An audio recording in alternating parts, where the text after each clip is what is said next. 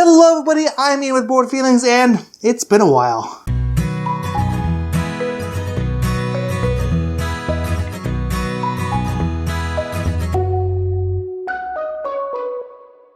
So I know in my last video I said I'm going to come back strong, I'm going to do this, come back to regular content, and I didn't deliver. To be completely honest, my move in changing jobs and other life things that I won't get into has really kept me from dedicating as much time to this channel as I wanted to before. That being said, I do want to start doing videos again. The main issue that I've had, and this is a little channel update before the actual most anticipated games of 2023. So with this channel update, basically I used to average 30 to 40 games in a month. That was pretty normal. Maybe not always 30 to 40, but let's say it's 25 games in a month.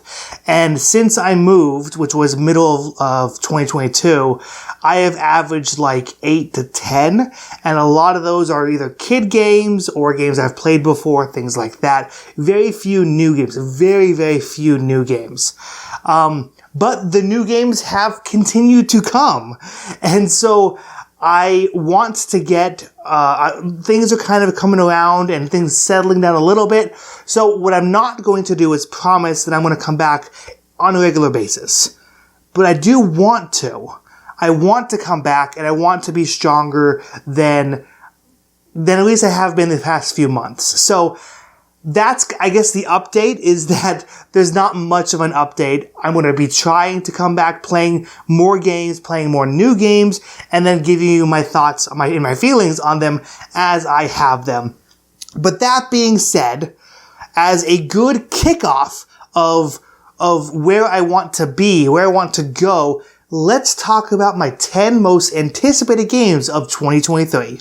Now, with these numbers, what I tried to do was include as few Kickstarter games as I could, but just with the nature of the board game industry right now, there's just a lot of games that were crowdfunded and that are going to be coming out this year.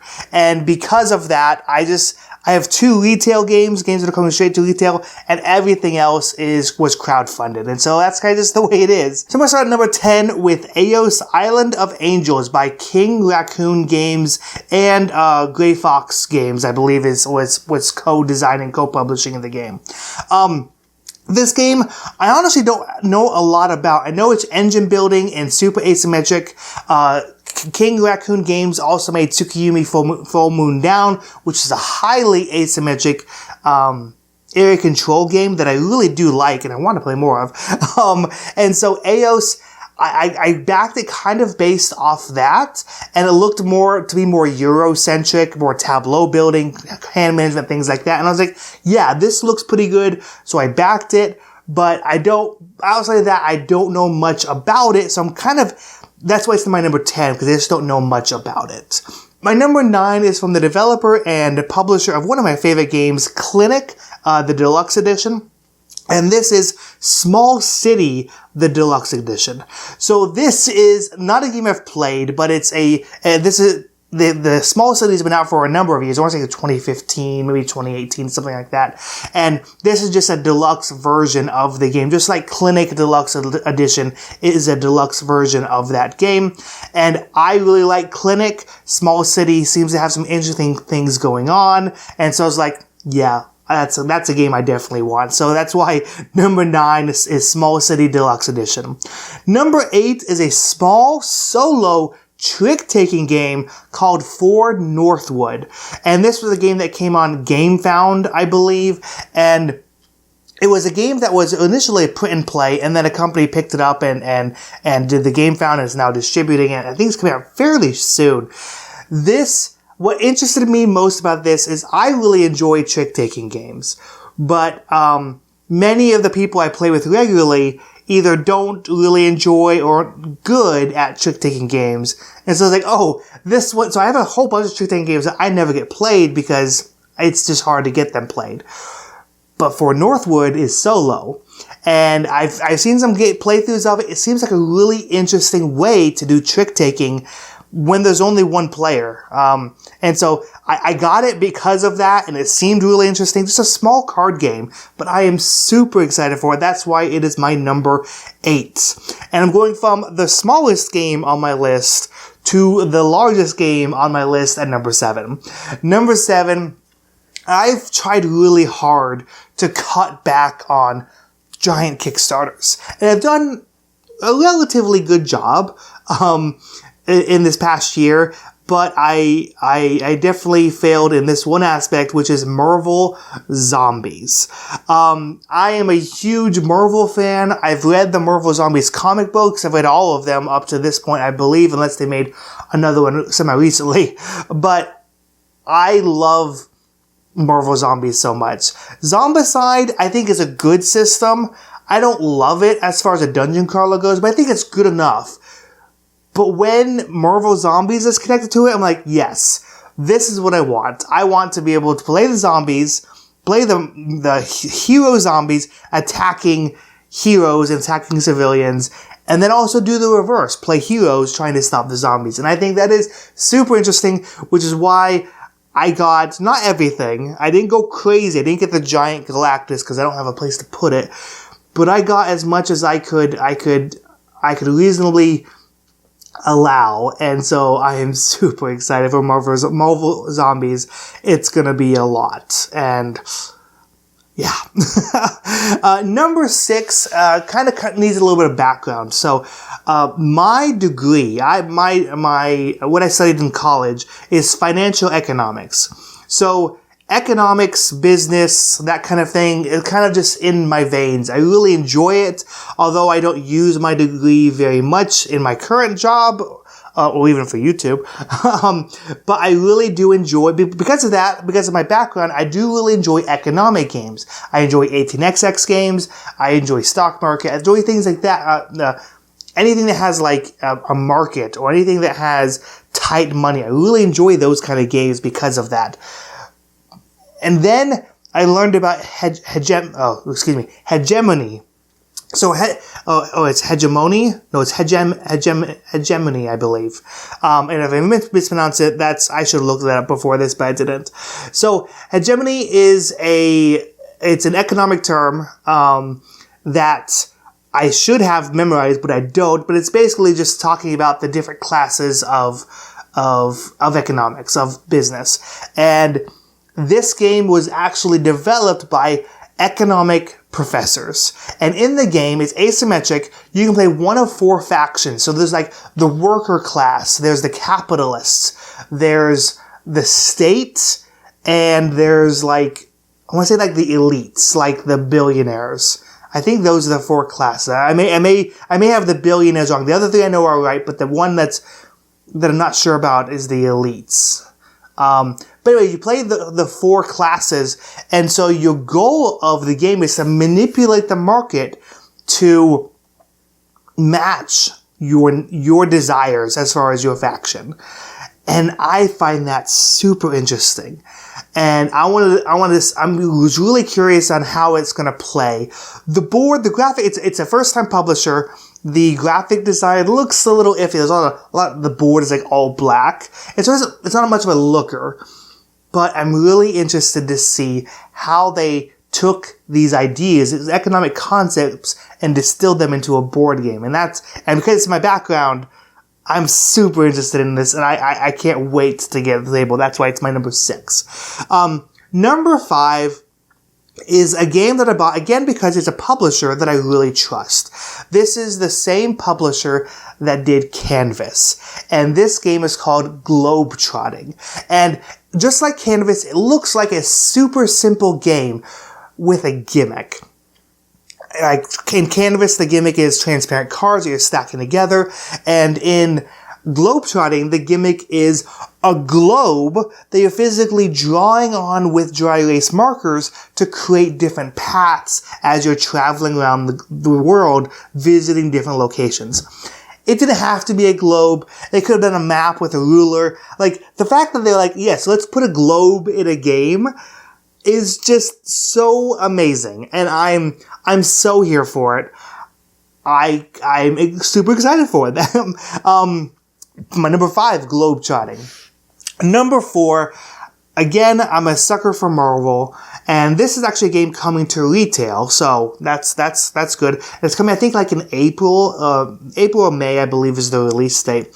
This is Marvel Age of Heroes. So Marvel Age of Heroes is a worker placement game, and that's really all I know about it. There's not much released on the game. It's the same designer that did Lords of Waterdeep, and so everyone's thinking that it might be not necessarily reskinned, but like in the same vein as Lords of Waterdeep. And if you know board games, Lords of Waterdeep is considered to be one of the ultimate worker placement games, ultimate simple worker placement games.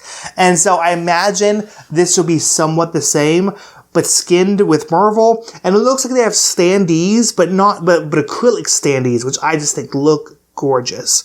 And so I'm excited for it. Excited to see what it brings. Number 4, Marvel Age of Heroes. Number 3, again, a publisher that I love. Most games that I get, most things that I back because of publishers. And this one I backed because of Garphill Games, Shem Phillips. This is their solo game coming out, Legacy of You. It's Shem Phillips. It's Garphill Games. It doesn't have the Miko artwork. It has his brother. I don't remember his name, but Shem Phillips' brother. I'm not a huge fan of his art, but I do think the Legacy of You is one of the better of his graphical designs and artwork that he's done. Circadian's First Light. Look up that game. The eyes of humans and the bug and the aliens. There's something about his eyes. Hadrian's Wall has those weird eyes. Raiders of Scythia have those weird eyes. Something about his eyes I don't quite, it takes me out of the game. And so, the Legacy of You doesn't seem to have that issue, and so I'm really excited for it. It's a Legacy solo game. Yes, but give it to me. By Shem Phillips. Give it to me. Number 3, Legacy of You.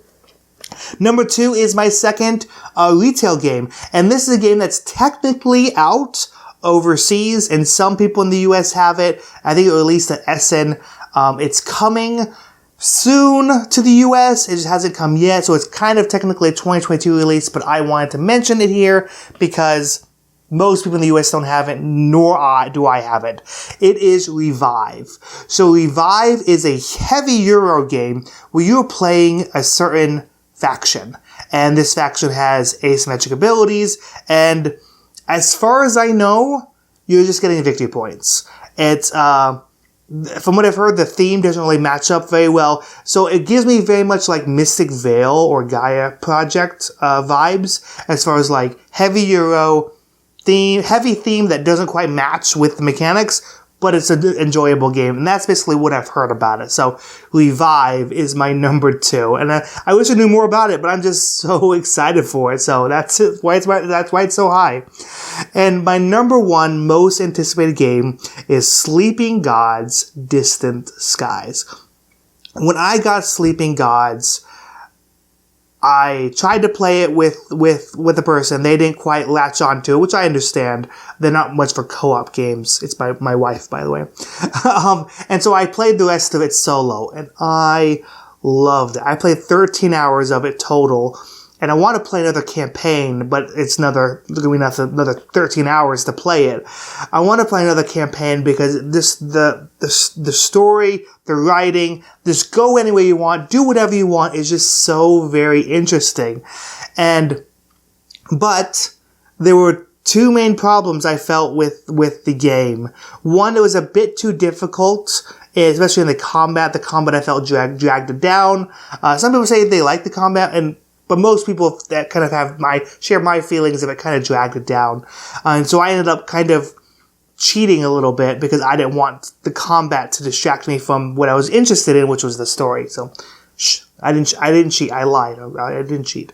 But then the second thing that I didn't like about Sleeping Gods is it's such a table hog because you were controlling 9 characters and you have all of these cards everywhere. It was like my table was just filled with Sleeping Gods. I have a bit of a small table. It's like a Costco plastic table. And so it's filled with cards. And then I even eventually got out a side table to put next to me with more stuff in it. Just put the resources and stuff. And it was just too much. Sleeping Gods, A Distant Sky, supposedly the combat's been tweaked, which is good.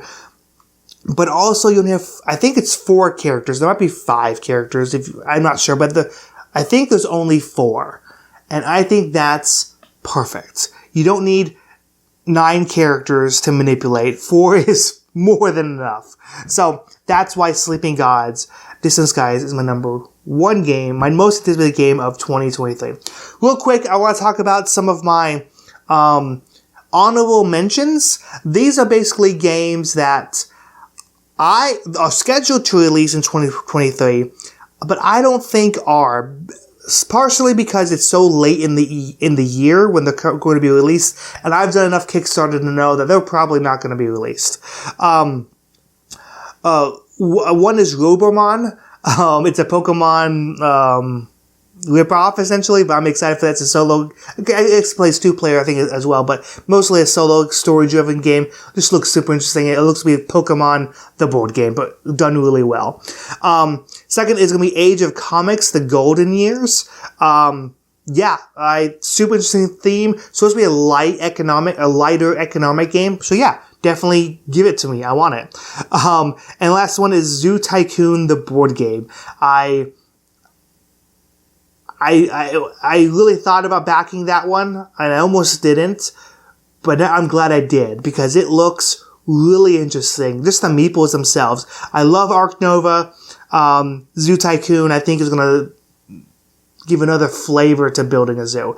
There's so many games going out. I had a list of 20, 30 games that I probably could have made.